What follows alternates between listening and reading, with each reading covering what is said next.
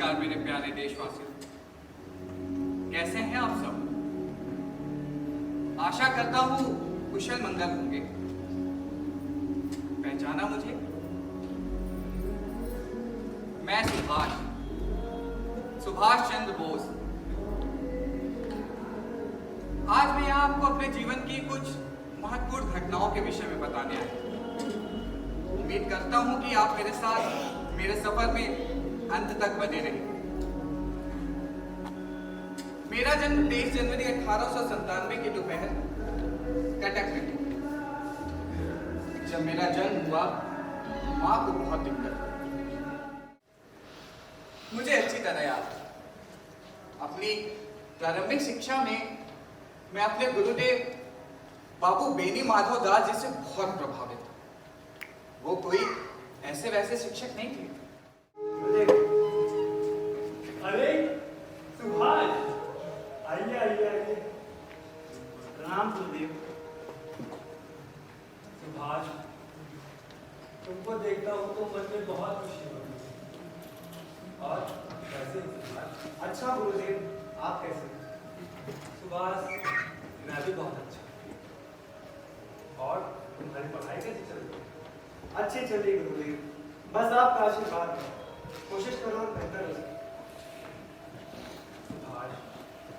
याद रखना, शिक्षा जीवन का बेहद महत्वपूर्ण अंग है। और मैं ये चाहता हूँ कि तुम भविष्य में एक काबिल इंसान बनो, क्योंकि एक शिक्षित व्यक्ति ही राष्ट्र के निर्माण में कार्य कर सकता है। मेरे मित्र, आज तुमने एक अच्छा दृश्य खो दिया। क्या पता है? उन लोगों ने एक शर्त रखी कि जो लगातार 3 गोल मारेगा वो जीत जाएगा। अच्छा, एक समय ऐसा लगा कि हम लोग हार जाएंगे। फिर क्या? कभी अचानक महल में आके वो लगातार 3 गोल मारे कि उन लड़कों की छाती चढ़ा दिए। अपने महल में मैं चूक गया सुभाष। वो क्या है ना, गुरु जी ने डिग्री काट दिया था, बस वही करने में लगा हुआ था। ये किताब क्या हुआ सुभाष? ये स्वामी विवेकानंद जी को ना? अरे तुम स्वामी विवेकानंद जी को नहीं जानते? ये तो बहुत विद्वान पुरुष है। स्वामी विवेकानंद जी मानवता की सेवा के साथ साथ मातृभूमि की सेवा की बातें करते हैं। वो कहते हैं कि उपनिषदों का एक ही सार है, सामर्थ्यवान बनो, अपने आप पर श्रद्धा रखो, भरोसा करो मुझ पर। अरे विवेकानंद जी के आदर्शों ने युवाओं में एक नई चेतना जागृत कर दी। मेरे भीतर एक क्रांति की शुरुआत हो गई, मानो सब कुछ बदल सके। जो प्रश्न मेरे मन में हमेशा मुझे परेशान करते रहते थे, उन सभी के संतोषजनक जवाब मैंने पा लिए। अब मैं पढ़ाई के साथ साथ योग और ध्यान में भी जुड़ गया। इस तरह से मैं ये सब कर रहा था, मेरे घर वालों को मेरे अंदर पागलपन की संभावनाएं नजर आने लगी। अरे बाप रे! ये भगवान, इस बात बाबू को जाने का हुई गवाह है। अंधेरे में बैठ के जाने कैसे गर्दन में गोड़ लगा के बैठा रहे। हम तो दिखाए गए। आजकल इनका पता नहीं कौन सा नक चढ़ी है। कब मूड नीचे कहिए थे, कब गोड़ ऊपर। भगवान जाने लड़का का कहा हुई। और आज का तो इनका न जाने कौन सा नक चढ़ी है कि कब हंसत रहा था, पता नहीं कहा सोच के, और ये मोटी मोटी किताब पढ़ते हैं। भगवान जाने लड़का का कहा हुई। फिर मैं कोलकाता चला गया अपनी आगे की पढ़ाई के लिए।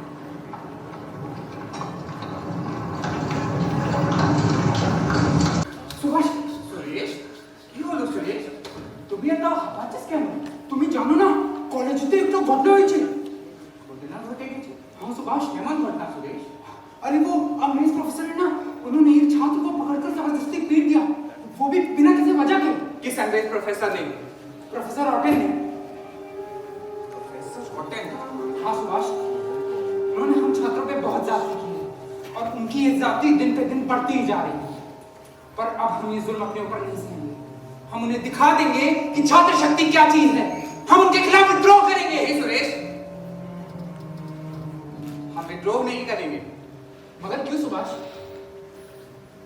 ये अनुचित है सुरेश। इस वक्त हमें धैर्य से कार्य करना होगा। कोई भी ऐसा कार्य नहीं करेंगे जिसके लिए हमें शर्मिंदा होना पड़े। इस वक्त उचित यही है कि हम खुद प्रिंसिपल सर के ऑफिस चलें और उन्हें इस घटना से अवगत कराएं और उनसे प्रोफेसर ऑटन से माफी मंगवाने का प्रस्ताव उनके सामने रखें। तुम ठीक कहते हो सुभाष, यही ठीक होगा। चलो चलो। साथियों के साथ जबरदस्ती मारपीट की और हम सभी छात्र चाहते हैं कि प्रोफेसर ऑटन हमारे उन साथियों से माफी मांगे।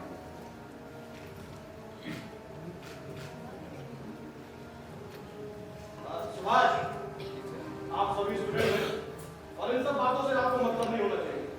बेहतर ये होगा कि आप जाके पढ़ाई करें। सुभाष, जाइए आप सब।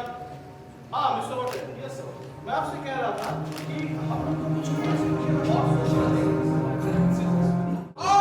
माफी मांगो, माफी मांगो, माफी मांगो, माफी मांगो। छात्र शक्ति जिंदाबाद, जिंदाबाद। छात्र शक्ति जिंदाबाद, जिंदाबाद। Apologize for my behavior. I'm really sorry.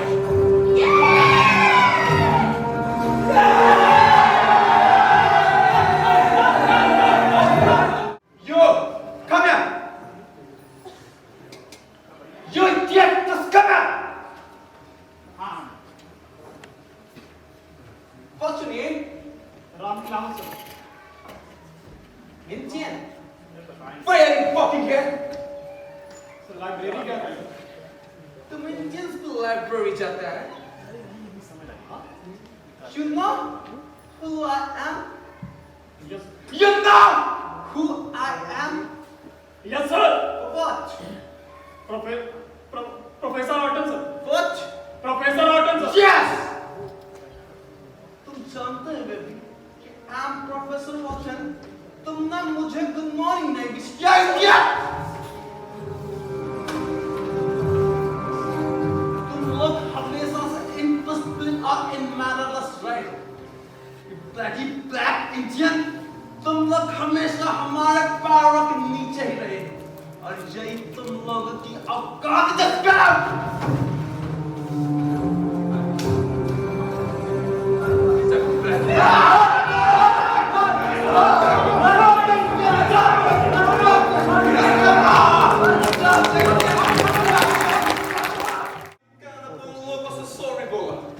और उन्होंने मेरे साथ क्या किया ये आप देख सकते हैं। इस तरह के एटमॉस्फेयर में स्टडी पॉसिबल नहीं है sir. Such students will indicate more students, so it's a humble request. As a student take action, कभी action लेना चाहिए। This is my last warning. Sir, हमें दोबारा विद्रोह करने के लिए हम विद्रोह करेंगे। प्रोफेसर ऑटन को माफी मांगनी है। No, Subhash. Go and concentrate for your studies. Professor Orton को माफी मांगनी ही होगी sir. Subhash! Go. Professor Orton को दोबारा माफी मांगनी ही होगी। You are escaped.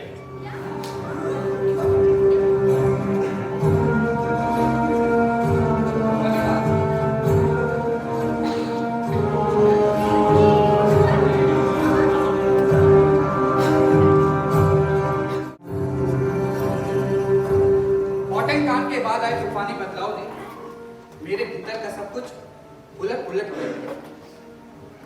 मानो सब कुछ बदल सा गया। कॉलेज से निकाले जाने के बावजूद मेरे माता पिता की पूरी सहानुभूति मेरे साथ है। वो ये मानते थे कि मैं जो भी कर रहा हूँ बिल्कुल सही कर रहा हूँ। एक शाम पिताजी मेरे पास आए।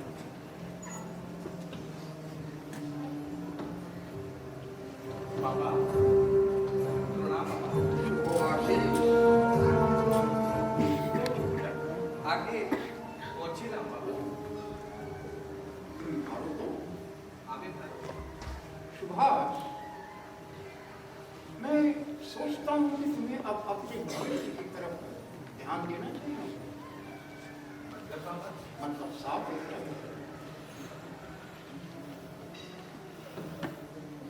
भविष्य का मतलब अब तुम्हें अपने जीवन यापन की तरफ ध्यान देना चाहिए।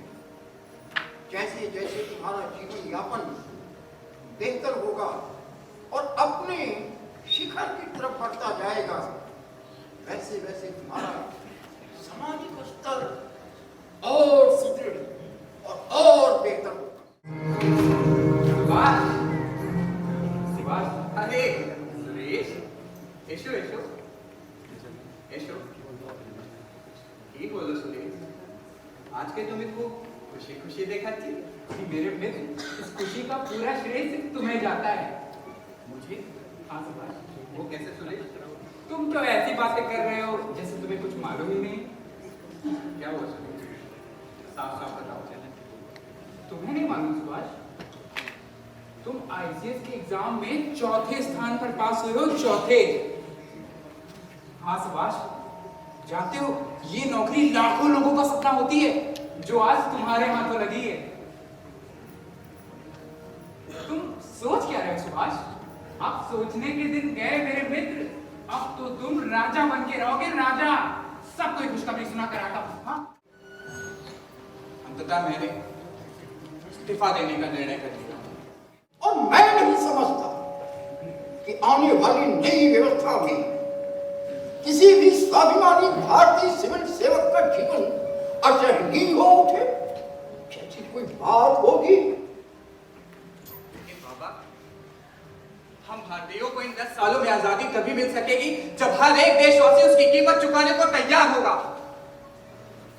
यदि हमारी निष्ठा इस विदेशी नौकाशाही में बनी रही और हम इस चमक दमक के एवज में बिक गए तो भारत की आजादी नजदीक आने के बजाय गुम हो जाएगी बाबा।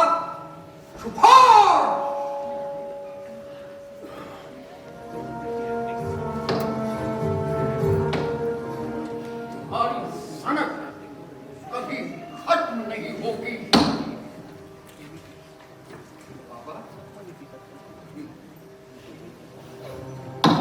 बाबा,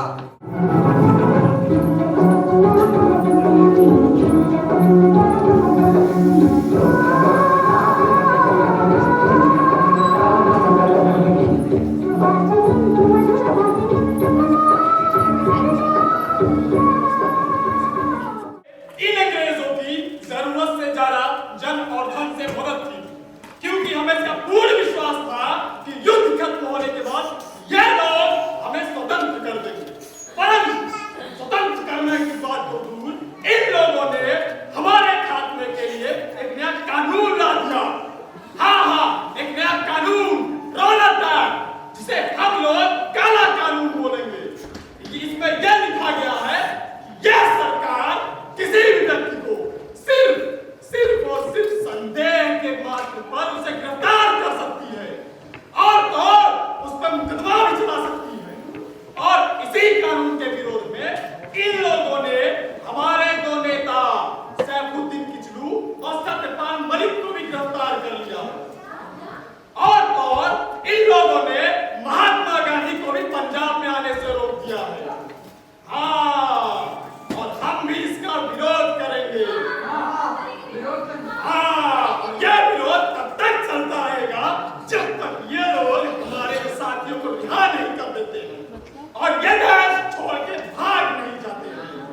याद रखो दोस्तों, गुलाम ना तो अपनी मर्जी से जी सकता है और ना ही अपनी मर्जी से मर सकता है। हमें आजादी चाहिए, दरिया जैसी आजादी, मर्जी से बहने की आजादी। इस केसरिया को जानते हो? इस केसरिया एक केसरिया प्रतीक है बलिदान का। और ये जलियांवाला बाग आने वाले समय में लोगों को यह बताता फिरेगा कि आजादी भीख से नहीं मिलती है।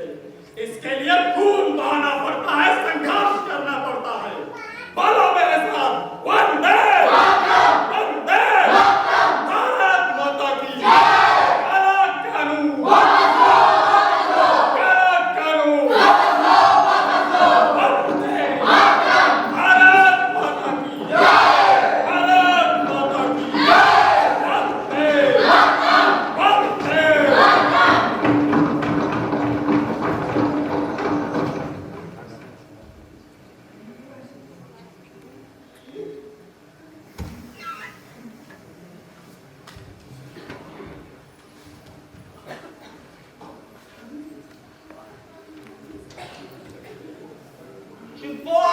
freedom.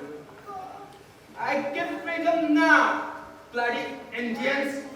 इनमें से कोई भी जिंदा नहीं बच के जाना चाहिए. Understand? Yes, sir.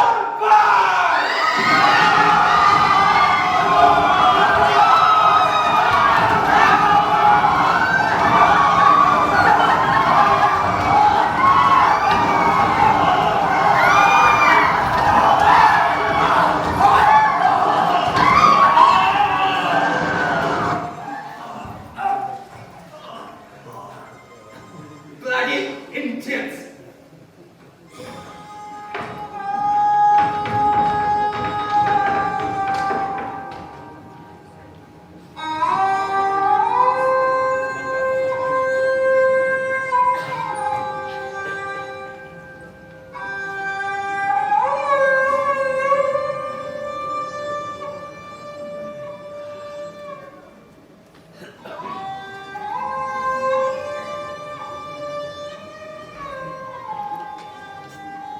जुलाई 1921 से मैं इंग्लैंड से वापस मुंबई आया। अब मैं भी ये मन ही मन तय कर चुका था कि भारत की इस आजादी की लड़ाई में मैं भी शामिल होऊंगा।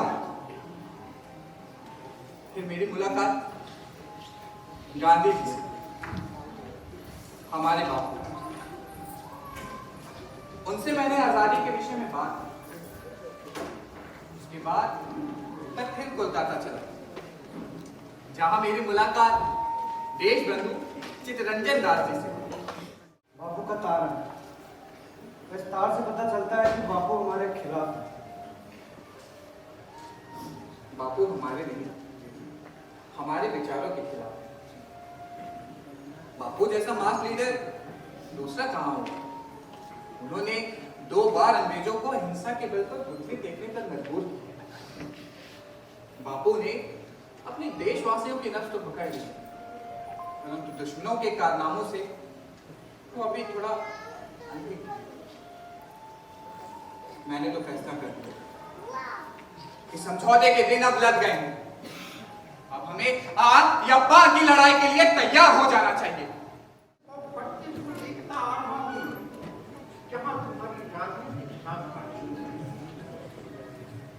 निश्चय ही अनिश्चय के उस सुंदरते में मेरे मन में तमाम आशंकाएं जहां से स्वीकार करने से मैं हिचकता रहा कि तुम आज की इस स्थिति तक पहुंचो। आज मध्याह्न के निर्मल आलोक में तुम उद्घाटित हो रहे हो, जहां शंकाओं का प्रवेश वर्जित है। इन वर्षों में तुमने बहुत सारे अनुभवों को आत्मसात किया। आज तुम्हें अपनी लड़ाई लड़ने के लिए और अपने लक्ष्य को प्राप्त करने के लिए तुम्हारे पास प्रौढ़ मानसिकता और अदम्य जीवन शक्ति है।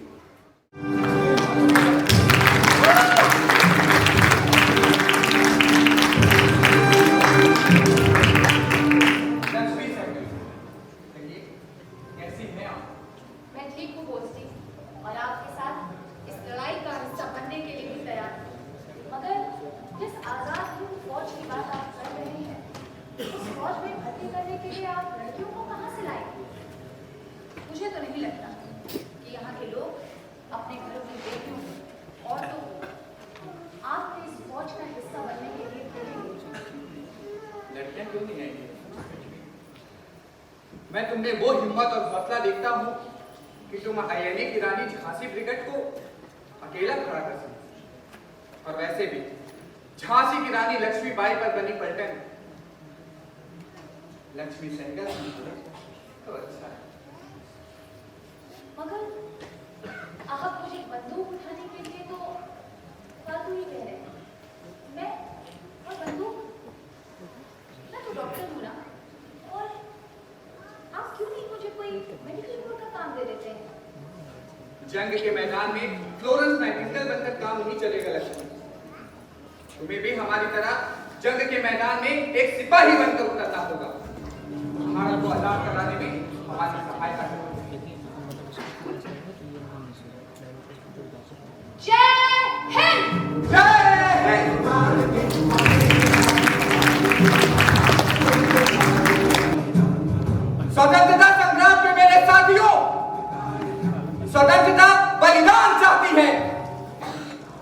आपने भारत को आजाद कराने के लिए बहुत त्याग किए हैं, लेकिन अपने प्राणों की आहुति देना अभी शेष है। हमें ऐसे नौजवानों की आवश्यकता है जो अपना सर काटकर स्वाधीनता की देवी को भेंट चढ़ा सके। मैं वादा करता हूं कि तुम मुझे खून दो और मैं तुम्हें आजादी दूंगा।